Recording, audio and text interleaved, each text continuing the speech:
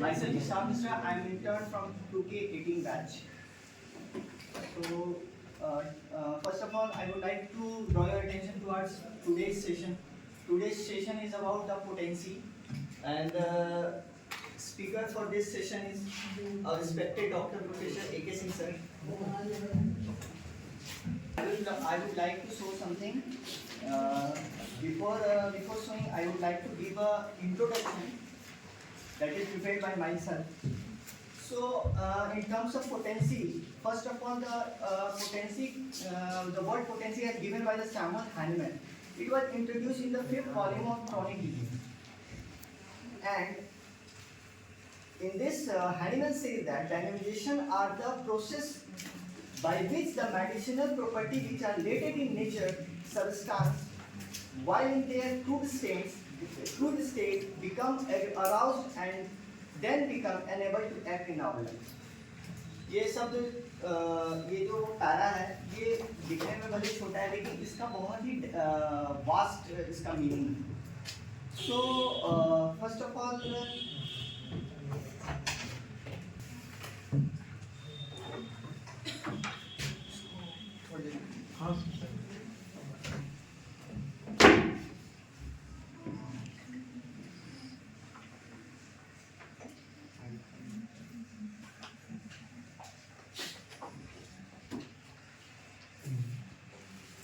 History. Potency selection एक छोटा topic नहीं है, ये बहुत ही वास्ट टॉपिक है. इसको इन डेप्थ हमारे professor doctor A K. Singh sir बताएंगे. बट बिफोर उनको मैं ये करूं मतलब ओवरव्यू सर, मैं चाहूँगा कि मैं अपने कुछ व्यूज़ रखूँ इस पर. तो ये जो आप लोगों के सामने है ये international journal of science and research है. एक रिसर्च का पेपर है जो कि सुखविंदर सिंह सर, जो कि डॉक्टर सुखविंदर सिंह जो कि BHMS एंड MDS स्कॉलर रह चुके हैं, उनके द्वारा दिया हुआ एक रिसर्च जर्नल. तो इसमें I would like to highlight one point.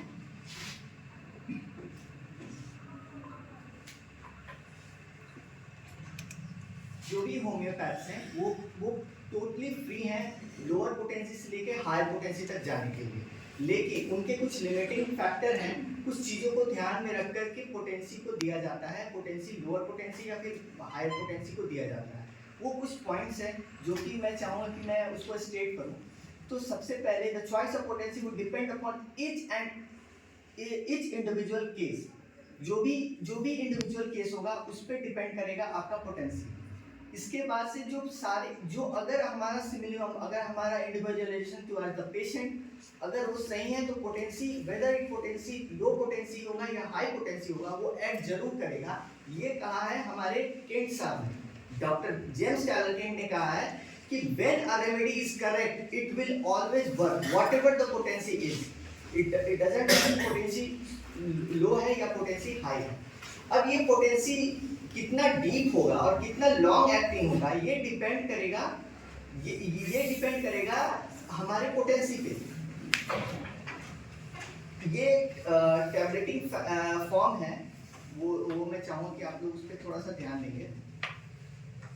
Indication of higher potency, indication of low potency. इसमें इन्होंने हमारे डॉक्टर सुखविंदर सिंह सर ने इसको ये किया है, टैबलेटिंग फॉर्म में बनाया है ताकि इजी रहे समझने में. इसको आप लोग एट ए ग्लांस एक बार देख लेंगे.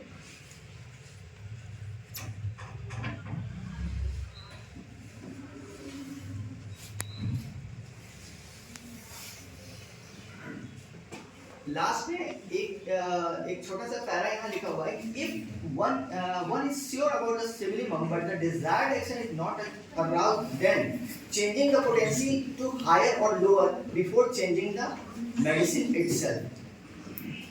ये मैं इसलिए इसको हाईलाइट कर रहा हूँ ताकि मैं ये बताना चाह रहा हूँ कि बहुत बार ऐसा होता है कि हमारे होम्योपैथ जो होते हैं वो सेल्फ डाउट में चले जाते हैं आफ्टर प्रिस्क्राइबिंग द मेडिसिन कि हमारा मेडिसिन काम कर रहा है या नहीं कर रहा है, और मेडिसिन को चेंज कर देते हैं. ये गलत होगा according to doctor Sukhwinder Singh, और मैं भी इस चीज़ से सहमत हूँ. क्यों गलत होगा कि यहाँ पे प्रिजुडिस वाला फैक्टर आ जा रहा है, यहाँ पे सेल्फ डाउट आ जा रहा है. यहाँ पे हमें सेल्फ डाउट नहीं करना है, यहाँ पे हमें इस बात को जोड़ के दे के रखना है कहीं हमारा जो पोटेंसी है कहीं वो तो रॉन्ग नहीं है. तो ये टोटली डिपेंड करेगा कि हमने किस हिसाब से सिमिनिमम, किस हिसाब से पेशेंट को इंडिविजुअलाइज किया है। ये कुछ सर्टेन फैक्टर्स भी यहाँ पे दिया हुआ है कि कौन कौन से फैक्टर्स हैं जिसपे हमारा पेशेंट को हम इंडिविजुअलाइज करते हैं, या फिर उस पर हम लोग सोचते हैं कि इसको ये पोटेंशियल दिया जाए या वो पोटेंशियल दिया जाए। बहुत सारे कॉलेज, बहुत सारे हॉस्पिटल्स में ऐसा देखा है मैंने, बहुत सारे हमारे सीनियर्स को भी देखा है कि वो सीधे हाई पोटेंसी पे जाते हैं। हाई पोटेंसी पे जाने का रीज़न मुझे जो समझ में आता है, सर विल बेटर करेक्ट मी, कि उनको अपने सिलेक्शन पे इतना ज़्यादा कॉन्फिडेंस रहता है कि वो ये जानते हैं कि हम इसको हाई पोटेंसी भी देंगे तो it will work, definitely work, और अगर वो एग्रावेट भी करता है तो हमारे पास उतनी क्षमता है कि हम उसको कंट्रोल कर सकें। कंट्रोल कैसे करना होता है, तो कंट्रोल करने का बहुत सारे तरीका है, लेकिन सबसे ईजीएस्ट तरीका होता है कि अगर वो ऐसा कंडीशन है जिसमें हम उसको कंट्रोल नहीं कर पा रहे हैं, पोटेंसी हाई चली गई है, तो पोटेंसी को रिपीटेशन ऑफ डोजेज नहीं करेंगे, वो धीरे धीरे अपने जगह पे आ जाएगा। मैं बहुत लेमन टर्म में समझा रहा हूँ, ये बहुत वास्ट चीज़ है, इसको मैं बहुत लेमन टर्म में समझा रहा हूँ। उसको रिपीटेशन ऑफ डोज नहीं करेंगे, उसको सिंगल डोज में देंगे, सिंगल डोज में देके देखेंगे अगर एग्रावेट कर रहा है तो उस केस में हम लोग वेट एंड वॉच करेंगे और ये रिपीटेशन ऑफ डोज नहीं करेंगे। एमएल टाइलर के बारे में शायद आप लोगों को नहीं पता हो तो मैं बता दूं। M L Tyler doctor James Tyler Kent की स्टूडेंट रह चुकी हैं, बहुत ही रिनॉर्ड फिजिशियनिस्ट रही हैं, लेडी डॉक्टर थी। उन्होंने पल्सेटिला के बारे में एक जर्नल लिखा था 18th सेंचुरी में, और वो बहुत फेमस हुआ था। उसमें उन्होंने एब्डोमिनल पेन के बारे में अपना जो भी है जर्नल लिखा हुआ था कि उसमें उन्होंने ये पोटेंशियल दिया या वो पोटेंशियल। आज उनके वो लिखे हुए जर्नल से क्वेश्चंस आते हैं आपके यूपीएससी में और एमडी में। तो सवाल ये आता है कि क्वेश्चंस आते क्यों हैं, आखिर what was the reason behind it कि क्वेश्चंस आते हैं कि एमएल टाइलर ने वो पल्सेटिला का कौन सा पोटेंशियल दिया था इस केस में। उसके पीछे का रीजन बहुत ही सिंपल है कि हम जो भी क्वेश्चन सेटर्स होते हैं वो ये कहना चाहते हैं, वो ये जानना चाहते हैं कि आप लोग ये समझो कि हमारे जो पायनियर्स रह चुके हैं हमारे होम्योपैथ में, उनके दिमाग में उस समय वो चल क्या रहा था, उनके दिमाग में चल क्या रहा था, ऑन विच बेसिस वो लोग उन्होंने ये पोटेंशियल दिया, हाई पोटेंशियल दिया या लोअर पोटेंशियल दिया। सो मोटो, बस वो मोटो जानना चाह रहे हैं कि जैसे आप या हम कोई भी इंडिविजुअल किसी भी अपने सीनियर्स को देखे या उनके पायनियर्स को देखे और उनके बारे में जाने, तो हमें ये चीज़ें पिक्चर क्लियर होना चाहिए कि ऑन विच बेसिस ही और सी will prescribe this medicine.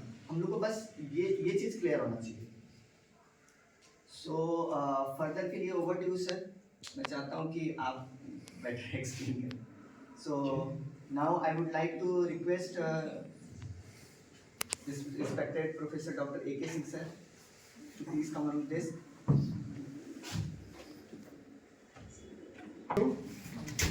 And today is a matter of great joy that this year in its first month we are going to celebrate a seminar which is a routine process of our study.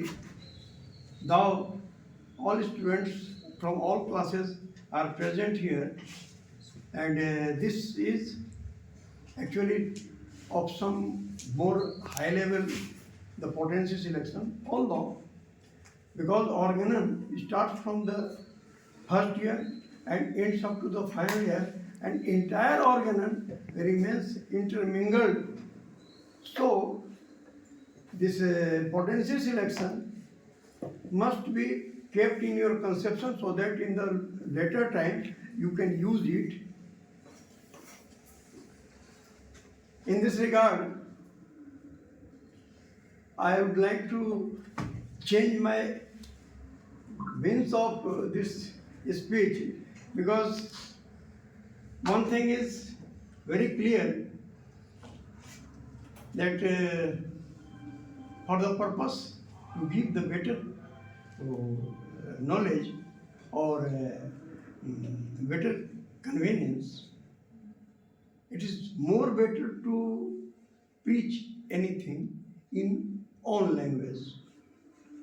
मातृभाषा का महत्व कह करके doctor Hazari Prasad Dwivedi की एक कहानी हम लोगों के टाइम में थी, तुम लोग भी शायद पढ़े होंगे, तो उसमें कहा गया था कि कोई भी आदमी कितना भी क्लिष्ट सब्जेक्ट हो, बहुत बेहतर वो समझ सकता है अगर उसको उसकी अपनी भाषा में समझाई जाए। तो इस चीज़ को बहुत गहराई से तुम्हारे दिमाग में हमको उतारना है। इसलिए मैं ये चाह रहा हूँ कि not only printing and sounding, यह न क्या हमारे सामने तो वो बहुत ये किया, बहुत क्या हो, बहुत फर्स्ट क्लास उन्होंने स्पीच दिया, क्या बोला समझ में नहीं आया, तो क्या फायदा, समझ में आना चाहिए। तो इस मामले में ये बात कहनी है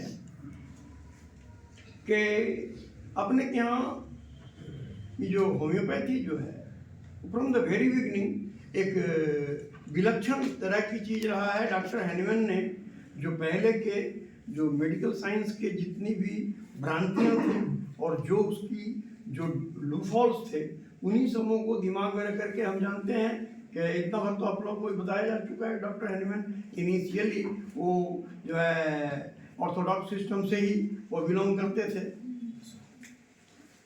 लेकिन जब उनको ये लगा कि हाँ system is not sufficient for the ailing patient, तब उन्होंने कुछ फ्रस्ट्रेशन से ये सारी बात की हैं। इन सबों के बाद जो सिस्टम में ये मेडिसिन की बात जो आई, मेडिसिन के सिलेक्शन की बात आई, तो अपने होम्योपैथी में एक लिटिल बिट ये बहुत ही क्लिष्ट है सिलेक्शन ऑफ द सिमिलिमम। इसके प्रोसीड्यूर जो है वो काफ़ी क्लिष्ट है। तो सवाल ये है कि जब बहुत गहराई में हमको उतरने की ज़रूरत पड़ती है तो निश्चित तौर पे हम कुछ कठिनाइयों से होकर के ही हमको पार करना होगा। तो स्वाभाविक है यहाँ भी वो बात है, तो मेडिसिन के सिलेक्शन में कठिनाई है, लेकिन जितनी कठिनाई मेडिसिन के सिलेक्शन में है करीब करीब उतनी ही कठिनाई पोटेंसी के सिलेक्शन में भी।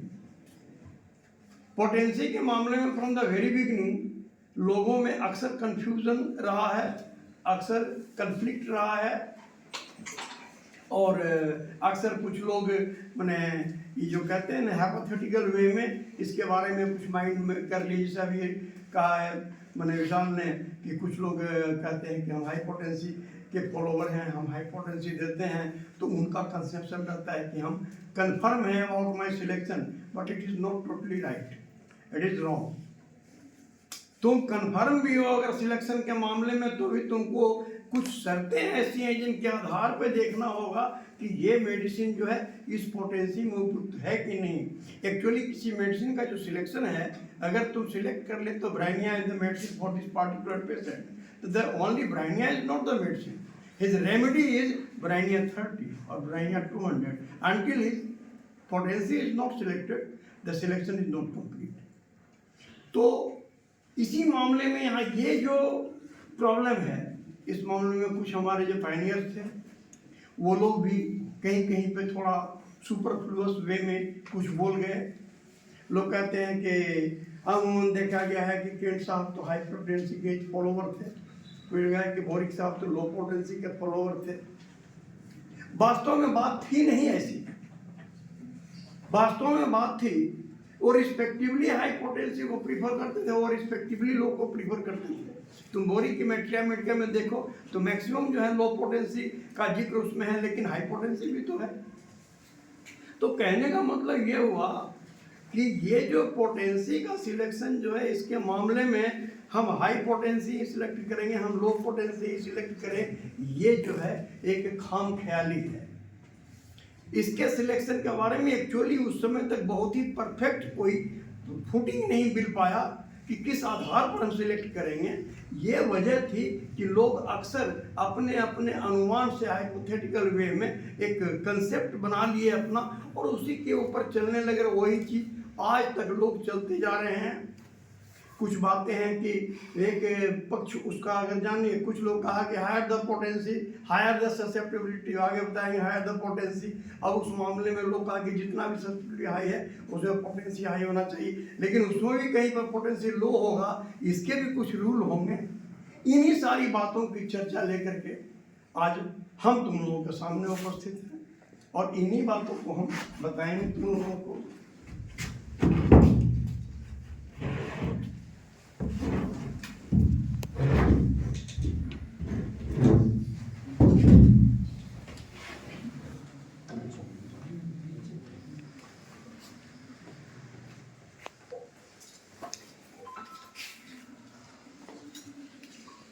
बातों की चर्चा मैंने की वो ये था कि जैसे ये बात स्पष्ट है कि पोटेंसी का सिलेक्शन जो है वो इक्वली महत्वपूर्ण है और इक्वली कठिन है।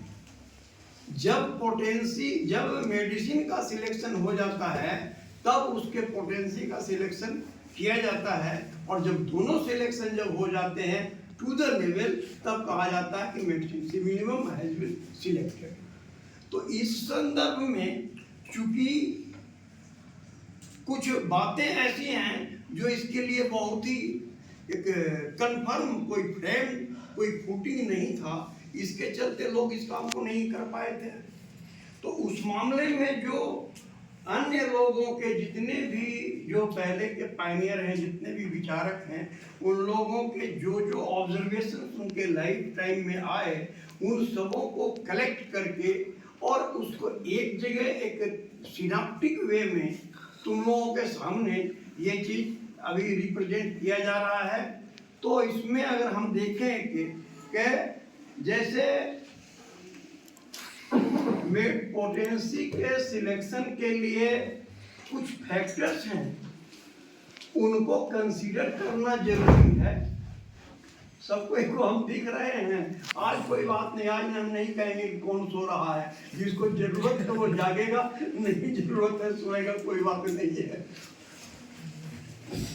तो ये जो है इस मामले में हम अगर ये देखते हैं, सबसे जो बड़ी और सबसे जो पहली बात है वो क्या है कि शरीर के संपर्क में कोई भी चीज जो आ रही है उसको शरीर किस रूप में रिसीव करता है या रिजेक्ट करता है, इसके लिए शरीर का एक खास गुण है जिसको कि हम ससेप्टिबिलिटी कहते हैं।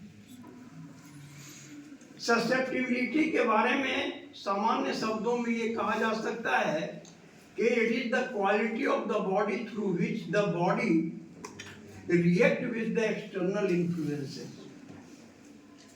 अभी ये ठंडा का टाइम है, ठंड लग रही है, तो हम लोग जो है विंटर वियर पहने हुए हैं। यही अगर गर्मी हो जाए तो तुरंत सब खोल करके फेंक देंगे। जैसे कि अभी हम बोल रहे हैं तो गर्मी हो रही है तो मन कर रहा है कि धीरे धीरे इसको खोल दें।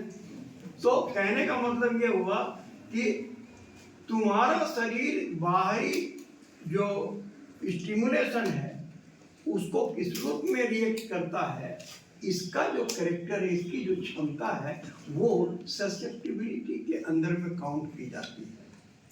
अब रह गई बात कि ये ससेप्टिबिलिटी जो है, चूंकि तुम लोग आगे चलोगे, जो लोग पढ़ चुके हो तो पढ़ ही चुके हो, वो लोगों को ये बात आई होगी सामने। अक्सर एक सवाल उठता था कि drug and disease both knock on the same door, discuss. एक क्वेश्चन को पहले आता था इस तरह का कि दवा और रोग दोनों एक ही दरवाजे पे दस्तक देते हैं। तो क्वेश्चन का आशय था कि दैट इज ससेप्टिबिलिटी। ससेप्टिबिलिटी को ही रोग भी प्रभावित करता है, रोग भी प्रभावित करता है, और उसी ससेप्टिबिलिटी को वो ड्रग भी प्रभावित करता है। यानी रोग प्रभावित करके बॉडी के ऊपर अपना प्रभाव जो डालता है, ड्रग उसी रास्ते से प्रभावित करके उसके इफेक्ट को भगाता है। तो ये ससेप्टिबिलिटी जो है एक बहुत ही महत्वपूर्ण इसके अंदर में एक पॉइंट है which has to be considered. लेकिन तब यहाँ भी है कि ससेप्टिबिलिटी का कोई वो मैथमेटिकल कोई पैरामीटर नहीं है कि how we can measure it, कि कितना इंच, कितना सेंटीमीटर, कितना किलो, कितना लीटर, लाइक वाइज। तो इसको कंफर्म करने के लिए हम कुछ फैक्टर्स को कंसीडर करते हैं। तो उस संदर्भ में क्या है कि जैसे कुछ फैक्टर्स जो हैं वो पेशेंट के रिलेशन में होंगे, कुछ फैक्टर जो हैं सिम्टम के रिलेशन में होंगे, कुछ फैक्टर जो हैं डिजीज के रिलेशन में होंगे, कुछ फैक्टर हैं जो कि ड्रग के रिलेशन में होंगे। How far it is concern with the patient, तो पेशेंट के रिलेशन में ये जो तीन जो महत्वपूर्ण फैक्टर जो हम सामने दिखा रहे हैं, सबसे पहली बात एज, उसके बाद जो है उसका कॉन्स्टिट्यूशन, और उसके बाद है पेशेंट का हैबिट। कहने का मतलब एज जो है वो सबसे महत्वपूर्ण फैक्टर है in relation to the susceptibility. इस बारे में कहा जाता है कि जैसे बच्चा जैसे ही जन्म लिया उस वक्त उसका बॉडी चूंकि माँ के गर्भ के वातावरण में था और सडन इस वातावरण में आया था, इस वातावरण के प्रभाव को सडनली वो बहुत आसानी से उसको झेल नहीं पाएगा। जैसे अभी ये ठंडा जो आया, ठंडे की शुरुआत जब हुई उस वक्त अपेक्षाकृत ज्यादा ठंड लग रही थी, लेकिन धीरे धीरे जब ठंडा 2-4-10 दिन हम लोग जब झेल लिए तो ग्रेजुअली टेम्परेचर वातावरण का थोड़ा डाउन हुआ, लेकिन फिर भी ठंड का एहसास थोड़ा कम हुआ। ये क्यों हुआ? ये एक बायोलॉजी का कैरेक्टर है, अडेप्टेबिलिटी, अनुकूलनशीलता। शरीर जो है वो परिस्थिति के वो परिप्रेक्ष्य में रह करके और उसके अनुकूल बनता है, और परिणाम होता है कि बर्दाश्त करने की क्षमता उसकी बर्दाश्त करने की क्षमता डेवलप हुई, यानी कि ससेप्टिबिलिटी ग्रेजुअली सेटिस्फाई हुई सोसाइटी। तो यही बात होता है कि वो छोटा बच्चा जो न्यू बॉर्न चाइल्ड है उसको अभी थोड़ा सा बाहर में निकाल दो, एक उसको हल्का छोटा हवा का लग जाए, घर में लाओ, तुरंत उसको छींक, सर्दी, बुखार, लाइक वाइज ये सारा कुछ होने लगेगा। तुमको नहीं होगा, तुम ही उसको लेके गए हो। कारण उस बच्चे के अंदर में ससेप्टिबिलिटी हाई लेवल की है, अभी वो वातावरण से एडजस्ट नहीं हुआ है, लेकिन तुम एडजस्ट हो चुके हो। तो एज के हिसाब से पैरामीटर दिया गया कि बचपन में ससेप्टिबिलिटी हाई होती है, जैसे जैसे उम्र बढ़ती है ससेप्टिबिलिटी सेटिस्फाइड होते जाती है, यानी यंग एज में वो लेवल पे जाके कम जाती है, और एडवांस एज में फिर से क्योंकि शरीर के अंदर की क्षमता कमने लगती है तो ससेप्टिबिलिटी फिर से बढ़ने लगती है। लोग कहते हैं ना कि अमूमन इस समय वो कहा जाता है कि बच्चे और बूढ़ों को बहुत ध्यान देने की जरूरत है। तो बच्चे और बूढ़े बहुत मामले में एक स्तर के हो जाते हैं। उनमें एक मामला ये ससेप्टिबिलिटी भी है कि बच्चे की भी ससेप्टिबिलिटी बढ़ी रहती है, बूढ़े की भी बढ़ी रहती है, इसलिए बूढ़े को भी थोड़ा ज्यादा वो प्रोटेक्शन की जरूरत है, बच्चे को भी। तो यहाँ मेडिसिन के संदर्भ में क्या होगा कि higher the susceptibility higher the potency का जो सिद्धांत है, तो बच्चे में रिस्पेक्टिवली पोटेंसी हाई होने की जरूरत है। जैसे जैसे उम्र बढ़ रही है मीडियम पोटेंसी होगी, और आगे जब उम्र जब बढ़ जाएगा तो पोटेंसी जो है फिर से उसका जो है हाई होगा। ये एक जनरल रूल हुआ, ये कोई परफेक्ट नहीं हुआ कि इसके आधार पर हम फाइनल डिसीजन ले ही लेंगे। ये एक रास्ता हुआ कि इस आधार पे हम सोचेंगे। एक हुआ पहला। अब इसके बाद देखते हैं जैसे कॉन्स्टिट्यूशन एंड टेम्परामेंट। इस मामले में हम जो देखते हैं कॉन्स्टिट्यूशन, ये चीज तो right from the very beginning, first year में भी तुम लोग तो मेडिसिन पढ़ रहे हो ना, फर्स्ट ईयर में मेडिसिन पढ़ाया जा रहा है कि नहीं? तो मेडिसिन पढ़ाया जा रहा है तो उसमें पेन पिक्चर बताया जा रहा है मेडिसिन का। पेन पिक्चर जैसे कि डिस्क्राइब जो किया जाता है मेडिसिन को, पेन पिक्चर मतलब मेडिसिन की तस्वीर बनाना कलम से, तो कैसी तस्वीर बनाना कि उसके कैरेक्टर को तुम एक्यूमुलेट कर लोगे तो तस्वीर बन जाएगी तस्वीर। तो इस सिलसिले में देखते हैं कि मेडिसिन का नाम, जो इसका कॉमन नेम, बोटेनिकल नेम है ना, इसका फाइलम, इसका फैमिली, ये सारा कुछ करने के बाद देखते हैं कि ये मेडिसिन का कॉन्स्टिट्यूशन, यानी किस पार्टिकुलर टाइप का बॉडी का सेटअप होगा जो उस मेडिसिन के बने रेंज में आएगा। जिसे आगे चल के पढ़ोगे, फेयर फैटी फ्लेवी, शारीरिक बनावट का एक कॉन्स्टिट्यूशन है कि कोई अगर देखते हैं ना कि पार्टिकुलर ज्यादा अगर फैटी आदमी है तो उसका एक खास तरह के उसके मैंने शारीरिक शरीर की तासीर होती है।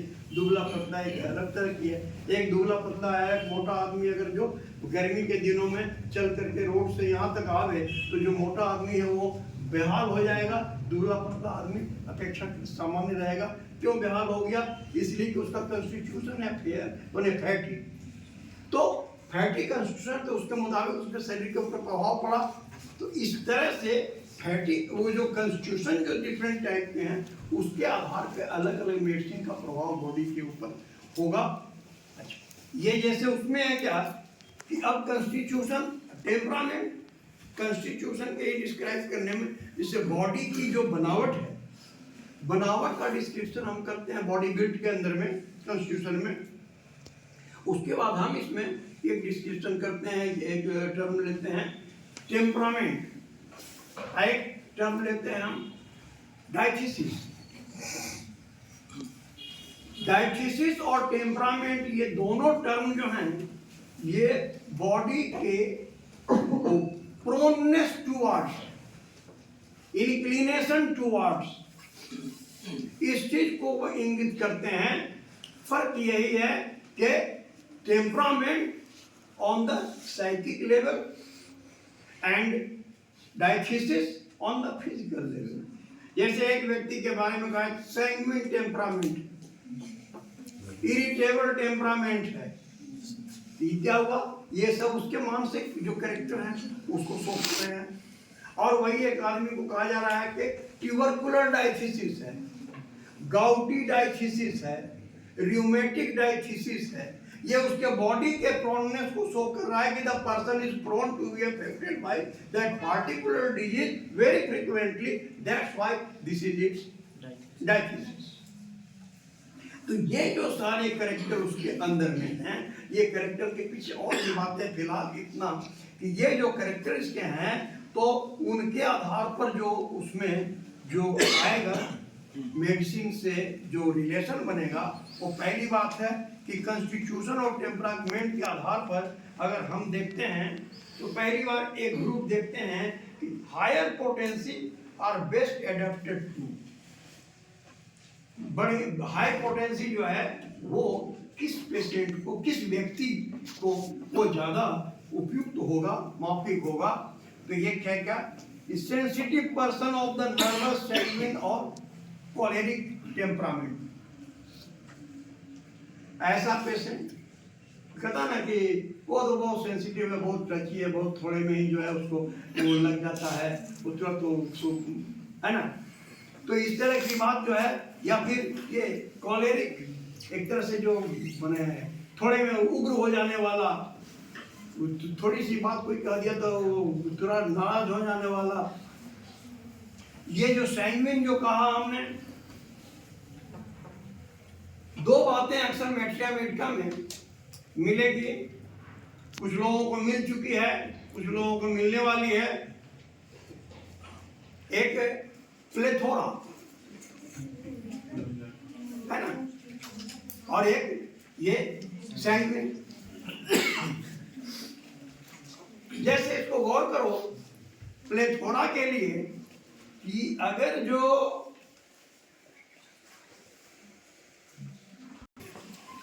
चेहरा देखो, चेहरा देख रहे हो इसका, रेडिश है। ये जो इस तरह का रेडिश चेहरा ऑलरेडी जिसे परमानेंट जिसके चेहरे का कलर है, अमूमन अगर याद करो कभी अगर जो देखा होगा फेस टू फेस या कहीं फिल्म में, अमूमन ईरानी लड़कियां या रशियन लड़कियां, उनके चेहरे का ये इलाका कुछ इसी तरह का लाल परमानेंट ही रहता है। यस सर, है ना? Yes sir. ये जो है ये प्लेथोरा का टिपिकल एग्जाम्पल है। उन लोग कहता है ना कि वो अगर जो ऐसे मार दो तो खून निकल जाएगा, इस टाइप का चेहरा है, तो वो चेहरा यही है, वो प्लेथोरा है। लेकिन किसी आदमी को देखे होगे, हंसी आई, थोड़ा हंसने लगा तो चेहरा लाल हो गया, गुस्सा में हुआ तो चेहरा लाल हो गया, और ऐसे में शांत। तो बड़ी आसानी से किसी भी अगर जो एक्साइटमेंट है, इधर गुस्सा का हो, इधर दुख का हो, इधर हंसी का हो, तो वो जो सुपरफिशियल जो ब्लड है उसका कंजेशन अगर जो हो जाए, ऊपर से बॉडी का वो रेडनेस दिखने लगे, ये जो है शो करता है सैंग्विन टेम्परामेंट को। ये परमानेंटली लाल नहीं दिख रहा है, लेकिन जब कोई स्टिमुलेशन होगा तो वो लाल हो जाएगा, उसको सैंग्विन कहते हैं। तो इस तरह के ये जो टेम्परामेंट वाले जो ये हैं,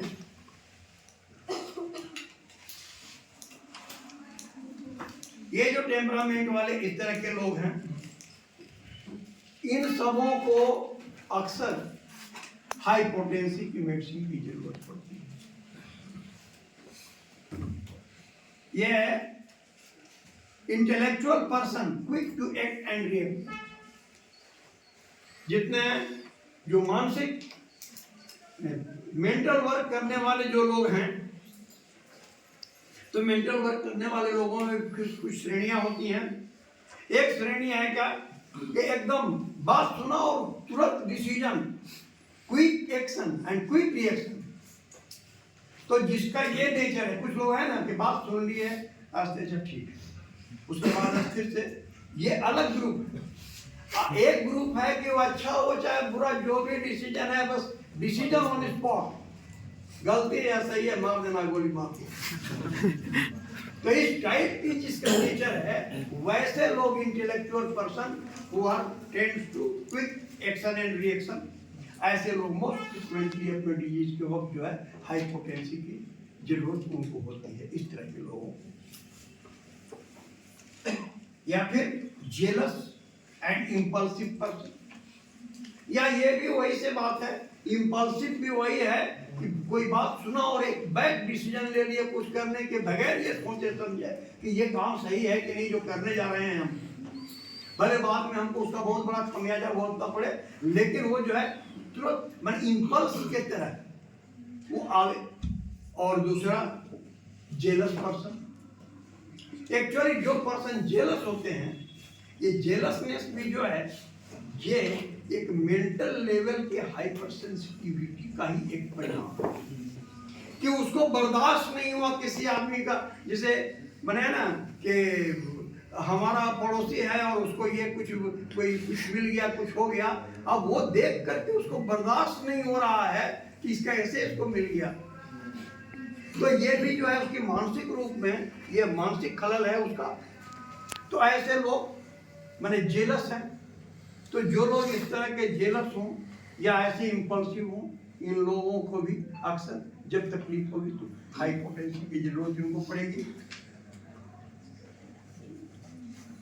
तो मोस्टली इतने ग्रुप में मानसिक स्तर पे ये लोग कॉन्स्टिट्यूशन के पॉइंट ऑफ व्यू से, अब इस पॉइंट ऑफ व्यू से मीडियम पोटेंसी अगर जो देखें तो कुछ over sensitive person, some persons are over sensitive to the level that prove every medicine given to him, या over sensitive in regard to body response उसका है। वो जो लोग 10-12 ऑब्जर्वेशन को पढ़ चुके हैं तो उनमें 8वां ऑब्जर्वेशन ये है कि patient proves every medicine given to him, है ना? Yes sir. तो व्हाई, वो क्यों ऐसा करता है? इसलिए कि इनिशियली कुछ इनएप्रोप्रिएट मेडिकेशन के फलस्वरूप, खास करके होम्योपैथिक मेडिकेशन के फलस्वरूप उसके बॉडी का जो टेंडेंसी है ऐसा हो गया है कि किसी भी मेडिसिन को जो है वो रिएक्ट कर जाता है। अब परिणाम होता है कि जो भी मेडिसिन दिया जाए तो उसके अंदर में प्रूविंग होने लगती है, कहने का मतलब उस मेडिसिन में जो अपना सिम्टम है वो प्रोड्यूस होने लगता है। ऐसे पेशेंट को अगर दवा देने की जरूरत पड़ी तो निश्चित तौर पर हाई पोटेंसी कभी नहीं देंगे, उसको मीडियम पोटेंसी देंगे। और उसके बाद इडियोसिंक्रेटिक पेशेंट, ये इडियोसिंक्रेसी जो है ये भी it is a part and parcel of the susceptibility. Susceptibility जो है बेसिक करेक्टर है, वही ससेप्टिबिलिटी में किसी पार्टिकुलर थिंग या पार्टिकुलर लोगों में अगर जो हाइपर है तो एलर्जी कहलाती है। कि हम अमुक चीज से हमको एलर्जी है, हम अंडा खाते हैं तो हमको तबीयत खराब हो जाती है, हम दूध पीते हैं तबीयत खराब हो जाती है, झींगा मछली खाते हैं तो हमको अर्टिकेरिया होने लगता है। लाइक वाइज जितने भी ये सारे जो हैं ये सभी वो इसके उदाहरण हैं। तो इस तरह का जो व्यक्ति है ये एलर्जिक है, यानी ये ऐसे लोग जो हैं देखो मैंने करीब करीब संख्या में बहुत ज्यादा मिलते हैं, मैंने about 20% persons are allergic to anything, कोई बरसात, कोई मौसम से, कोई किससे, कोई किससे। और यदि उसकी ये कैरेक्टर जो है वो इस लेवल तक इन्हांस हो गई है कि जिस चीज से आम आदमी को कोई फर्क नहीं पड़ता है उसको उससे भी फर्क पड़ जाए। जैसे इसका उदाहरण मोस्ट कॉमनली लिया जाता है, इसे मान लो केवड़ा का फूल है, जैसे अभी जो ये जो मैंने परफ्यूम्स हैं, बहुत सारे लोग हैं ना एक पार्टिकुलर परफ्यूम लगा के बगल से पार कर जाएंगे तो गंध पहली नजर में तो बड़ा लगेगा, हाँ कितना बढ़िया, अंदर से लगेगा कि जी मिचला जाएगा उसके गंध से। महसूस किया हो? तो ये तो मान लिया कि बहुत कंसंट्रेट है इसलिए है, केवड़ा का गंध बहुत कंसंट्रेट है, किसी को दिक्कत हो सकती है। गुलाब में क्या होगा? गुलाब तो बहुत माइल्ड है। अगर किसी आदमी को गुलाब का फूल सूंघ करके भी अगर जो बेहोशी आ जाए, ये is the example of idiosyncrasy. तो इतना ज्यादा सेंसिटिव कोई आदमी है तो निश्चित तौर पे उसको जो मेडिसिन जो हम देंगे वो अगर जो मीडियम या लो पोटेंसी का देंगे वही उसके लिए उपयुक्त होगा। जहां high potency by the way पड़ गया उसको तो उस आदमी के लिए परेशानी का सबब बन जाएगा।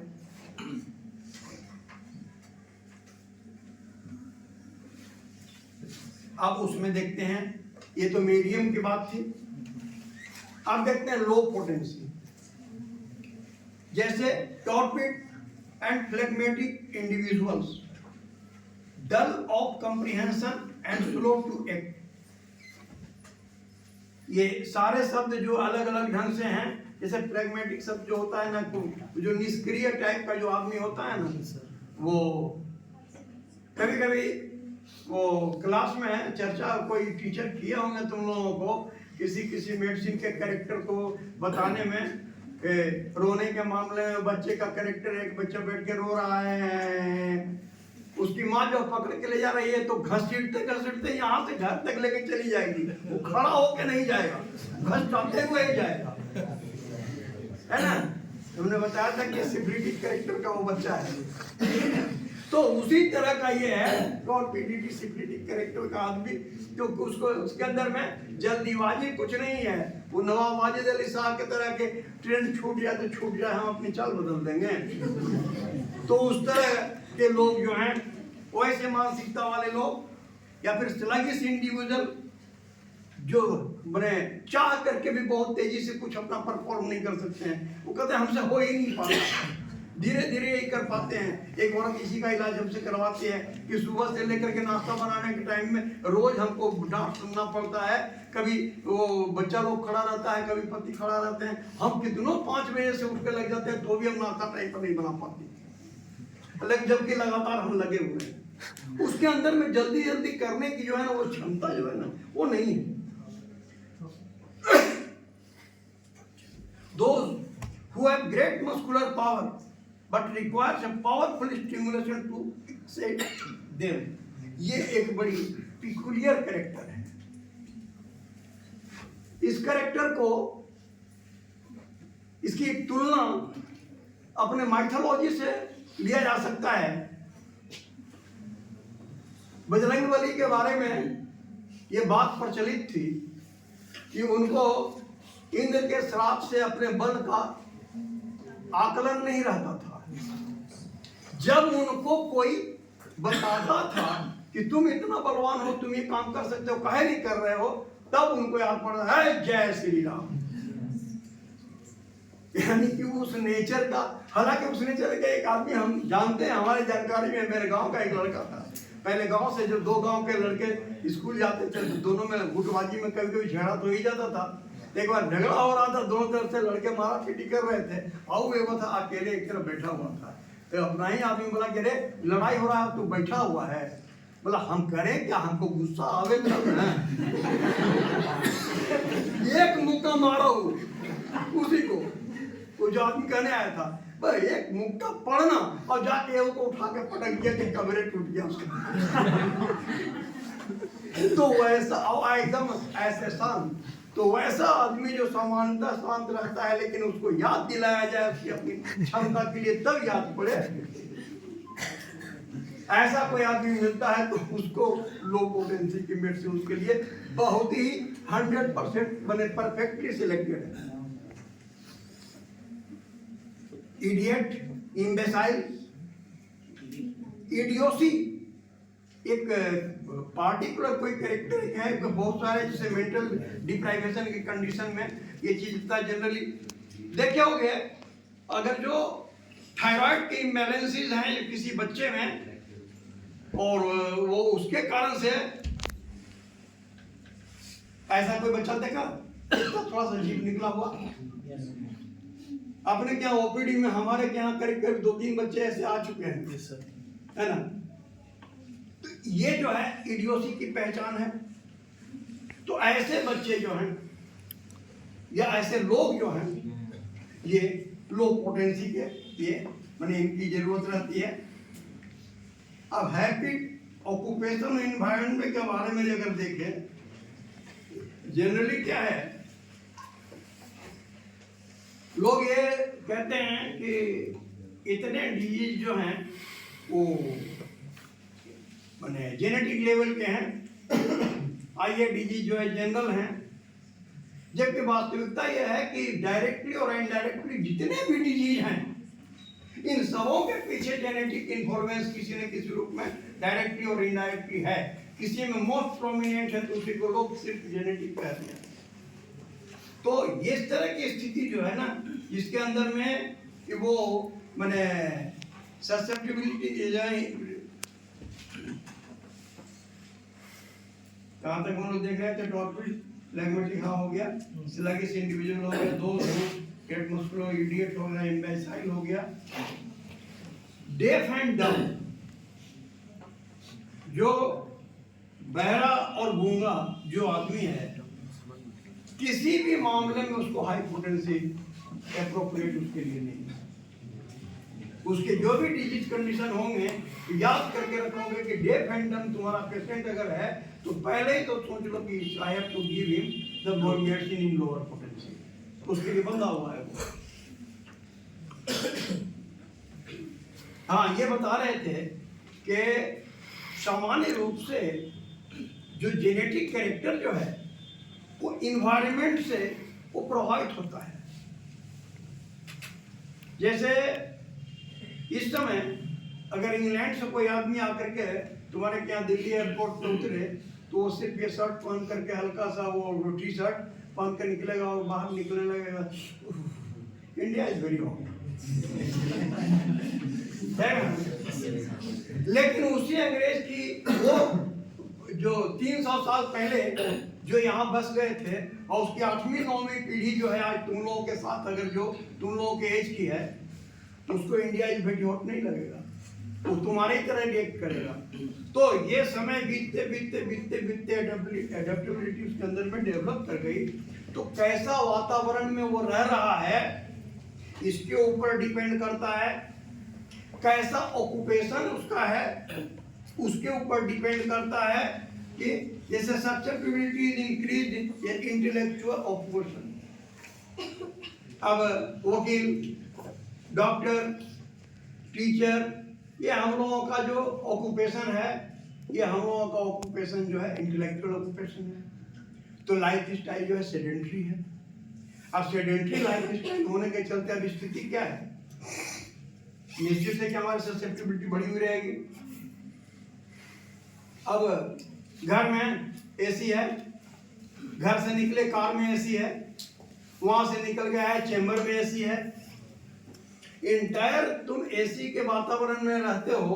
अगर 5 मिनट कार बाईपास पे खराब हो जाए मई के महीना में और उतर के तुमको थोड़ा देर बाहर रहना पड़े तो स्थिति देख लो। दूसरे आदमी आराम से जहां वहां गप कर रहे हैं और तुम जो है सिर्फ हे भगवान करोगे ना। क्यों ऐसा हुआ? ये थ्रू आउट तुम्हारा जो इस तरह का जो वातावरण में रहना था वो तुम्हारी बॉडी के ससेप्टिबिलिटी को उसने बढ़ा दिया। तो वैसे लोगों को निश्चित तौर पे अपेक्षाकृत हाई पोटेंसी की मेडिसिन आवश्यकता में जरूरी है पड़ेगी।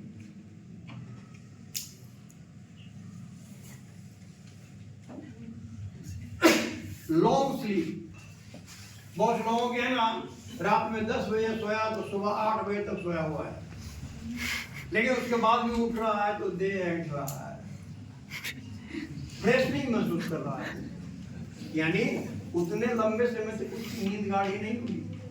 तो जो उतने लंबे समय तक वो सो रहा है, नींद नहीं हुई गाढ़ी, तो बराबर वो एडवर्स कंडीशन से लड़ रहा है।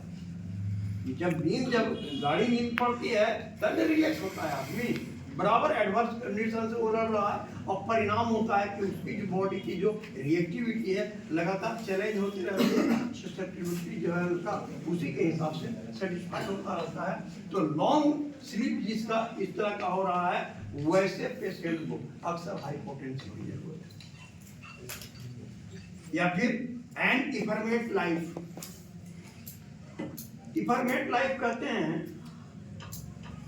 कोई ऐसा वो ड्रामा या कहीं का कोई कलाकार है जो लगातार उसको फीमेल का कैरेक्टर मिलता है, फीमेल कैरेक्टर ही उसके लिए है ही। तो feminine character either in life और इन एक्ट जो है, तो धीरे धीरे देखते हो कुछ लोगों की आदत ऐसी हो जाती है कि वो रोड पे भी चलता है तो चाल जो है उसकी जो है हो जाती है। इस तरह के लोगों को जनरली पोटेंसी लोअर होनी चाहिए और ये होनी चाहिए, इन लोगों को पोटेंशियल होनी चाहिए।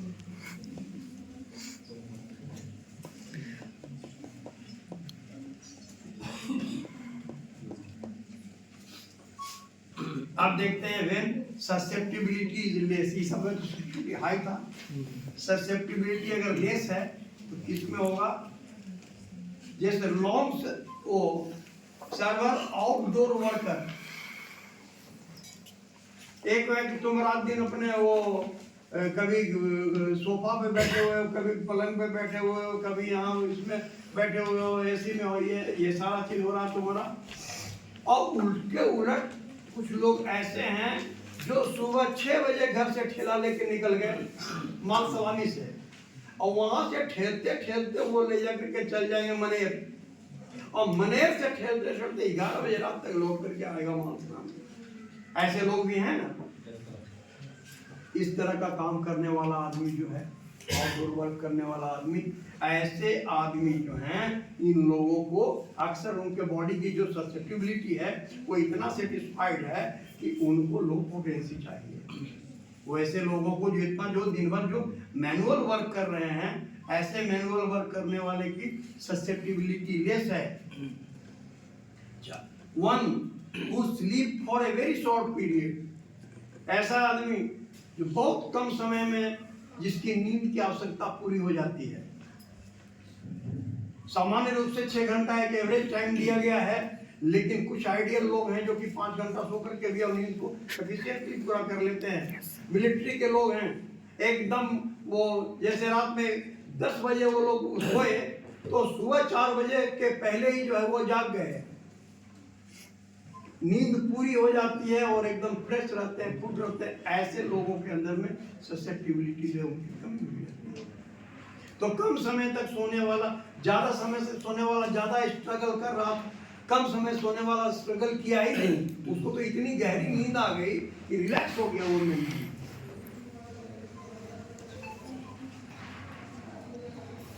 हैव कोर्स फूड, जिन लोगों के डाइट में जैसे वो छोले भटूरे, मैदा के सामान, बेसन के सामान, ये खाने वाले जितने लोग हैं उन लोगों के पेट का हाल देखो। रोजाना कभी ये कभी वो, कभी ऐसे कभी वैसे हो रहा है।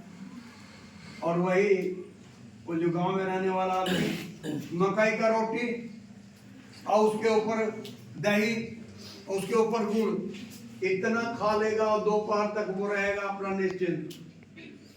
तो इस तरह का जो कोर्स फूड हुआ ना, तो कोर्स फूड जब खाएगा, ये कोर्स फूड जो है ये फाइबरस सब्सटेंस जो है उसके जनरली बॉवेल को क्लियर कराएंगे, और जब बॉवेल क्लियर अगर रहा तो समझ लो कि 75% तो उसको डिजीज की जरूरत नहीं होगा ही नहीं।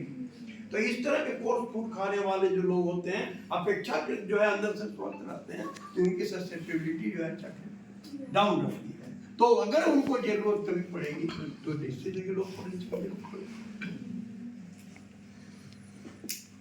exposed to continuous influence of drugs such as tobacco, liquor, alcohol, druggist, perfumer, ये सब जितने लोग जो हैं जो दिन भर हैंडल करते रहते हैं। अब खैनी बेचने वाला दिन भर खैनी काट रहा है, काट के भर रहा है और दे रहा है, दिन भर खैनी उसके हाथ से कांटेक्ट में आ रहा है। शराब जो उसी में डिस्टिलरी में है, दिन भर वो हैंडल कर रहा है, तो शराब दिन भर उसके हाथ में लग रही है। तो इस तरह से कोई परफ्यूमर है, परफ्यूम अगर जो वो बनाने वाला भरने वाला है, ऐसे लोग जिनके की बॉडी जो है लगातार किसी न किसी इस तरह के केमिकल सब्सटेंस के कांटेक्ट में रहते हैं, तो वो जो है उसके बॉडी के अंदर में एक विशेष तरह की एक वो कहते हैं कि लेयर एक तरह से बना दिया वो प्रोटेक्शन का, उससे संबंधित।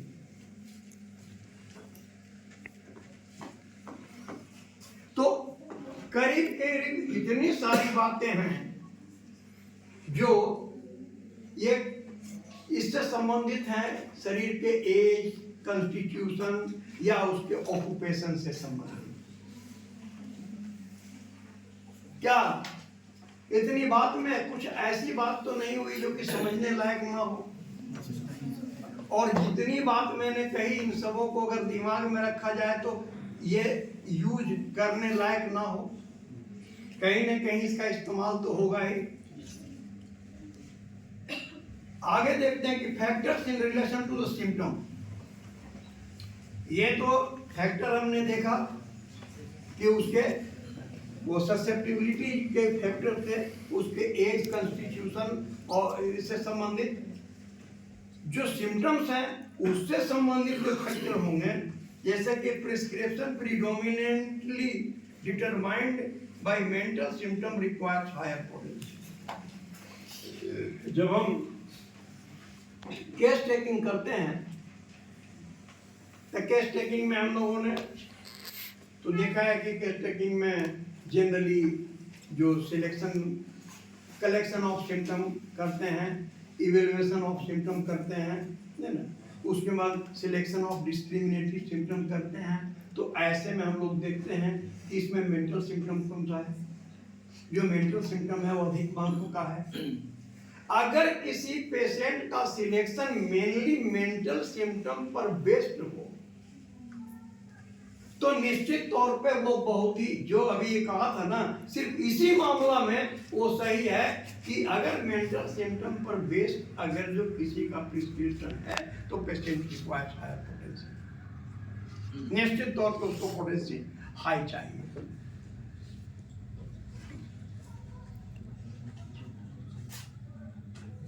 Degree of similarity, more clear symptom confers greater degree of similarity, produces higher susceptibility, thus requires respectively high potency।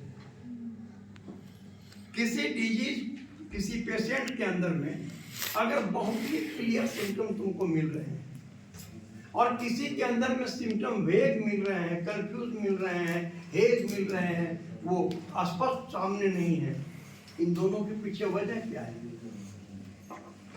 इसके पीछे वजह यह है कि जिस व्यक्ति के अंदर में मोस्ट ऑफ द सिम्टम जो है वो क्लियर मिल रहे हैं, उस आदमी के अंदर में कोई कॉम्प्लिकेशन, मैथमेटिक कॉम्प्लिकेशन या वो जो ये माने हैजार्डियस जो कंडीशन जो होता है इसका के कुछ ऑब्स्ट्रकल जो हैं वो अगर रहते हैं तो उसके सारे सिम्टम स्पष्ट नहीं रहते हैं।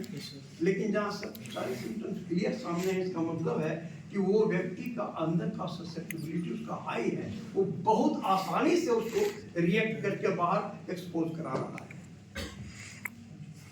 ठीक है, तो वो हाई जब है तो इसका मतलब है कि उसको पोटेंसी हाई देना। हाई चाहिए। यानी जिसके अंदर में सिम्टम्स क्लियर कट सिम्टम दिख रहे हैं, भले वो बने फिजिकल लेवल के ही हो, पार्टिकुलर सिम्टम जिसको कहते हैं मेंटल हुआ, पार्टिकुलर हुआ, कॉमन हुआ, तो पार्टिकुलर सिम्टम भी हैं और क्लियर कट अगर जो है तो उसके आधार पर हाई पोटेंसी का सिलेक्शन किया जाएगा। अब देखें factors in relation to disease. Disease के रिलेशन में अगर फैक्टर देखें तो nature and intensity of disease अगर देखते हैं तो in acute disease in general acute disease respond well to high potency, especially of the acute remedies.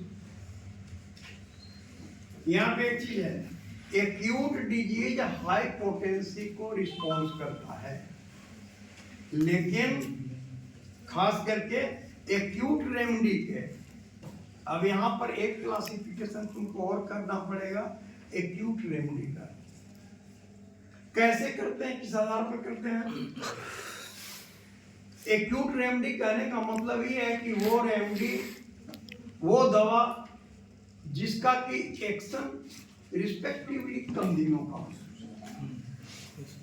एकोनाइट, nux, belladonna, ये सारे जो मेडिसिन हैं, ग्लानाइन, 1 दिन 2 दिन के ड्यूरेशन है इनके एक्शन के, ये सभी जो हैं ये एक्यूट मेडिसिन के अंदर में आते हैं। और अगर इनकी आवश्यकता एक्यूट केस में किसी पेशेंट में है एक्यूट मेडिसिन में, तो हायर पोटेंसी उसको दिया जाए।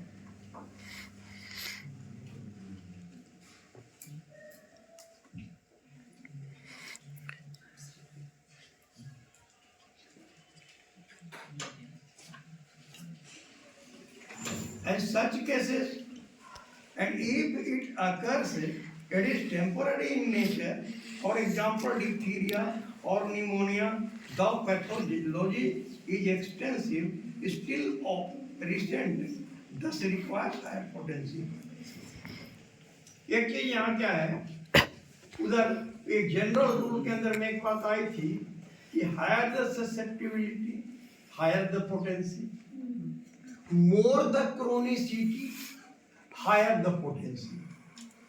अगर डिजीज की क्रोनिसिटी भी ज्यादा है तो पोटेंसी को हाई होना चाहिए, लेकिन if pathological changes occurs potency should be lower. जब तक इन्फ्लामेटरी कंडीशन चल रहा है, सिर्फ लाली आई है एक्सेस बनने के क्रम में, बेलाडोना की जरूरत है, हाई पोटेंसी मिली।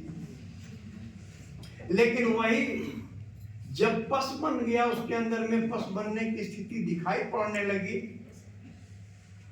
और वहां पे अगर जरूरत पड़ रही है हिपर की या साइलिसिया की, तो उस वक्त उसको लो पोटेंसी दीजिए, ताकि जल्दी से जल्दी इसका पस बन करके मैच्योर हो जाए, और फिर जब वो ब्रस्ट कर जाए तो उसके बाद हाई पोटेंसी उसी का दीजिए कि क्योर हो गए।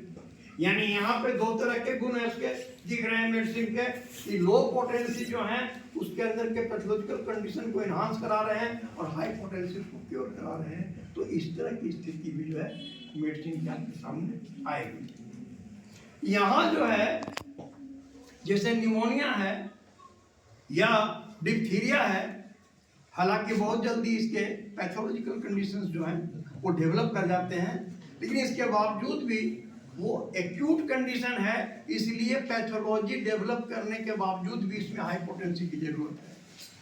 डिप्थीरिया में या न्यूमोनिया में पेशेंट को हाई पोटेंसी दिया जाए, वो ज़्यादा बेहतर है।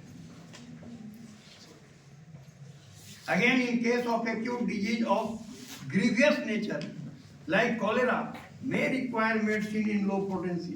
इसी बात की चर्चा जैसे ये जो किया था अभी पल्सेटिला की चर्चा, वो पेट के दर्द में वो स्थिति होती है कि जैसे एक्यूट कंडीशन है, लेकिन बहुत ही ग्रीवियस नेचर का एक्यूट कंडीशन है, जैसे कॉलरा एक्यूट कंडीशन है, लेकिन ये बहुत ग्रीवियस नेचर का है। ऐसी स्थिति में हैनीमैन साहब ने जो क्रूड फॉर्म में कैम्फर दे करके और कॉलरा के एक एपिडेमिक आउटब्रेक को कंप्लीटली कंट्रोल किया था। ये बात जो है पूरे उस क्षेत्र में ये चर्चा का विषय बना था। तो उस समय उस अवस्था में वो वही उपयुक्त है कि मटेरियल फॉर्म में जो है वो दवा दी जाए, अगर जो एक्यूट कंडीशन मारात्मक लेवल पर, जैसे इसमें है ना एकोनाइट के बारे में, जिसे हम लोग देखते हैं, ठंडी लग गई एकोनाइट दे दो। अब कितना दे दो ये समझ में नहीं आ रहा है। कोई कहता 30 दे दो, कोई कहता 200 दे दो। नहीं, अगर कोल्ड एक्सपोजर, जैसे ये जो है कोल्ड वेस्ट विंड का जो एक्सपोजर जो हुआ, कोल्ड वेस्ट विंड के एक्सपोजर से सबसे पहले स्थिति आएगी शरीर में ठंडक आएगी। जब तक ठंड की अवस्था है तब तक एकोनाइट की हाइपोटेंसी चाहिए, और जैसे ही फीवर आ गया पोटेंसी, यानी तुम अगर जो सिर्फ हाथ पैर ठंडा की अवस्था में पेशेंट तुमको मिला है तो तुम हाई पोटेंसी दोगे, और अगर पेशेंट तुमको बदन में बुखार बढ़ा हुआ मिला है और हिस्ट्री मिल रही है कि ठंडा में निकला था, तो तुम लो पोटेंसी दोगे उसको, उसी एकोनाइट का।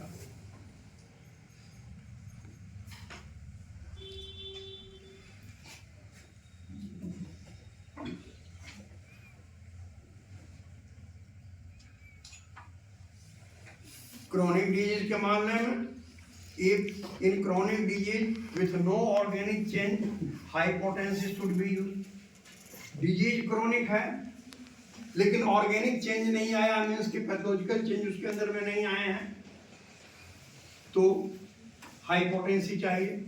लेकिन अगर पैथोलॉजिकल चेंज आ गए हैं तो पोटेंसी लो होनी चाहिए। Acute features occurring during treatment of chronic disease, though it is not frequent finding,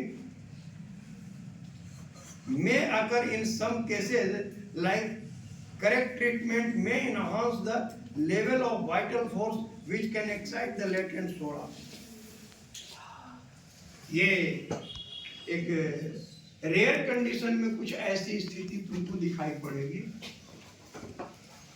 तुमने दवा दी, रोगी के शरीर में एपियरेंट कॉम्प्लिकेशन नहीं था, तुम्हारी दवा एकदम एक्यूरेट काम की, एक्यूरेट काम करके जैसे ही उसके अंदर में दवा का रिएक्शन जो शुरू हुआ, यदि उस आदमी के अंदर में लेटेंट सोरा अगर जो है पड़ा हुआ, तो बॉडी की वाइटल फोर्स जो है तो उससे एक्साइट होगा। और वाइटल फोर्स जैसे लेटेंट सोरा कब रहता है शरीर के अंदर, जब शरीर के अंदर की रिएक्टिविटी उस सोरिक नेचर को एक्सप्लोर, शरीर का तो नियम है कि कोई भी इस तरह का हार्मफुल एजेंट बॉडी के कंटेक्ट में आएगा तो वो एक्सप्लोर अप करेगा, उसको बाहर निकाल के फेंकने की कोशिश करेगा। हाथ में गड़ जाए एक और उसको तुम निकाल दो, उसका अगर जो सूंघा ऊपर से टूट के अंदर में रह जाए थोड़ा सा, जब तक वो निकलेगा नहीं तब तक बार बार वो पकेगा। जब बार बार पकते पकते वो निकल जाएगा तभी ना शांत होगा। तो शरीर का तो ये नेचर है।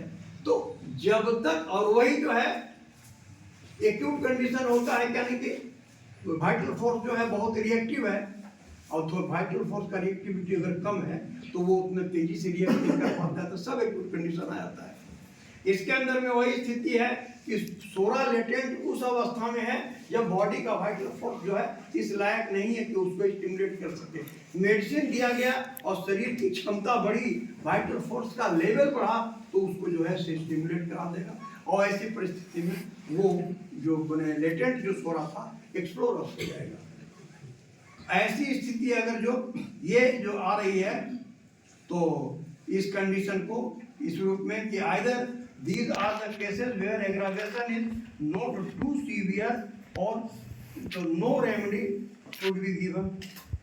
अगर ऐसी स्थिति में अगर बहुत सीवियर कंडीशन नहीं है तो रेमेडी जो है उसको न देने की जरूरत है।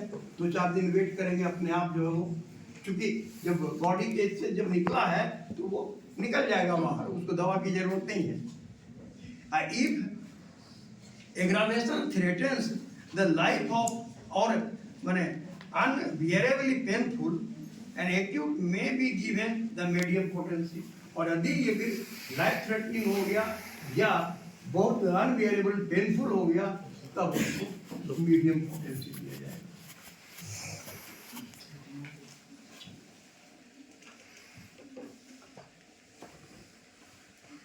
Exacerbation of the acute chronic disease, the acute complement of the chronic remedies has to be given. ऐसी स्थिति जब होती है acute exacerbation of the chronic condition, ये कहने का मतलब क्या है? जैसे किसी आदमी को